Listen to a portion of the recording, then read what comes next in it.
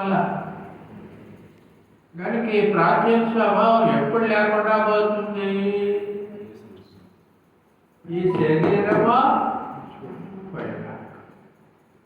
అయ్యో ఇట్టి మరణకరమైన శరీరము నుండి నన్ను ఎవడు విడిపించును అని అయ్యో అని కేక వేశాడు. ఎవరు?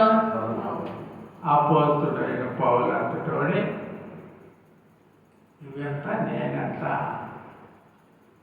కనుక ఈ శరీర సంబంధమైన స్వభావం, ప్రాచీన స్వభావం మారదు. మారదుగాక మారదు. రోమ 8లో ఉంది. శరీర సంబంధులు దేవుని చిత్తమును నెరవేర్చలేరు. ఏమాత్రమో నెరవేర్చలేరు. ఎంత మాత్రం నెరవేర్చలేరు. అర్థమవుతుందా? మరి ఎలాగండి? అందుకే నూతన స్వభావం ఇచ్చాడు.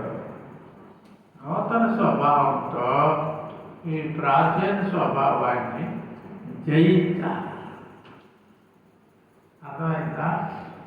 నూతన స్వభావంతో ప్రాచీన స్వభావాన్ని జయించాలి. ఇలా జయించడానికి దేవుడు ఒక 6-7 విషయాలు ఇచ్చాడు. చెప్తా, జ్ఞాపకం పెట్టుకోండి. 1, కుమారుని ఇచ్చాడు. 2, రక్షణ ఇచ్చాడు. 3, నూతన స్వభావం ఇచ్చాడు. 4, ఆత్మనిచ్చాడు. 5, దేవుని వాక్యం ఇచ్చాడు. 6, కృపనిచ్చాడు. కృప. 7, ఆయన సంకల్పం ఉంచాడు. ఈ 7 విషయాలు బట్టి మనము జై జీవితం జీవించాలి. అర్థం చేసుకోండి. కష్టం. అర్థం చేసుకోండి. ఈ 7 విషయాలను బట్టి మనము జై జీవితం జీవించాలి. ఈ 7 ఏది కనపడుతుంది? చెప్పండి. ఏది కనపడుతుంది? కుమారు కనపడుతుందా? రక్షణ కనపడుతుందా? దేవుని ఆత్మ కనపడుతుందా? కంటికి కనపడ. దేవుని కృప కనపడుతుందా? కృప. దేవుని సంకల్పం కనపడుతుందా? మరి ఏది కనపడుతుంది?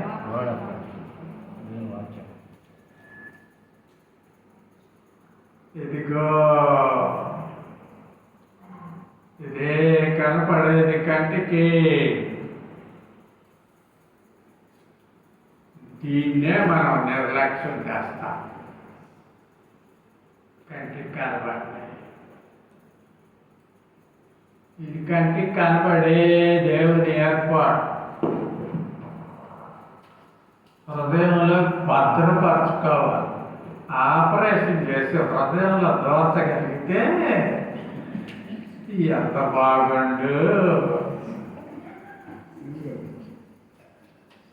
నీ ఎదుట నేను పాపము చేయకుండానట్లు నా హృదయములో నీ వాక్యము ఉంచుకున్నా.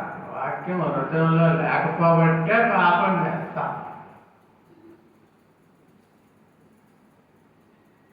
119:11 నేను చెప్పిన వచనం.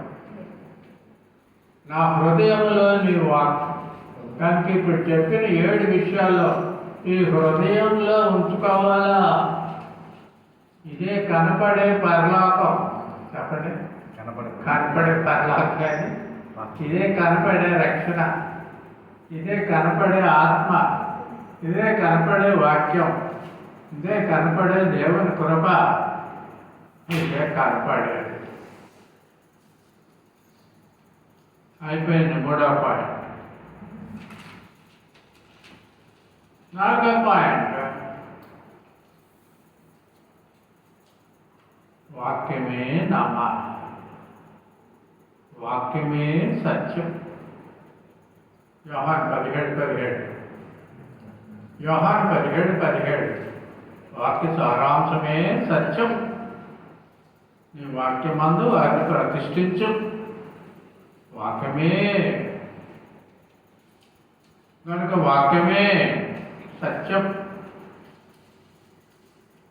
జాగ్రత్తగా ఏనంటే మీరు ఇటు చూస్తారా ఆ ఇటు చూడండి.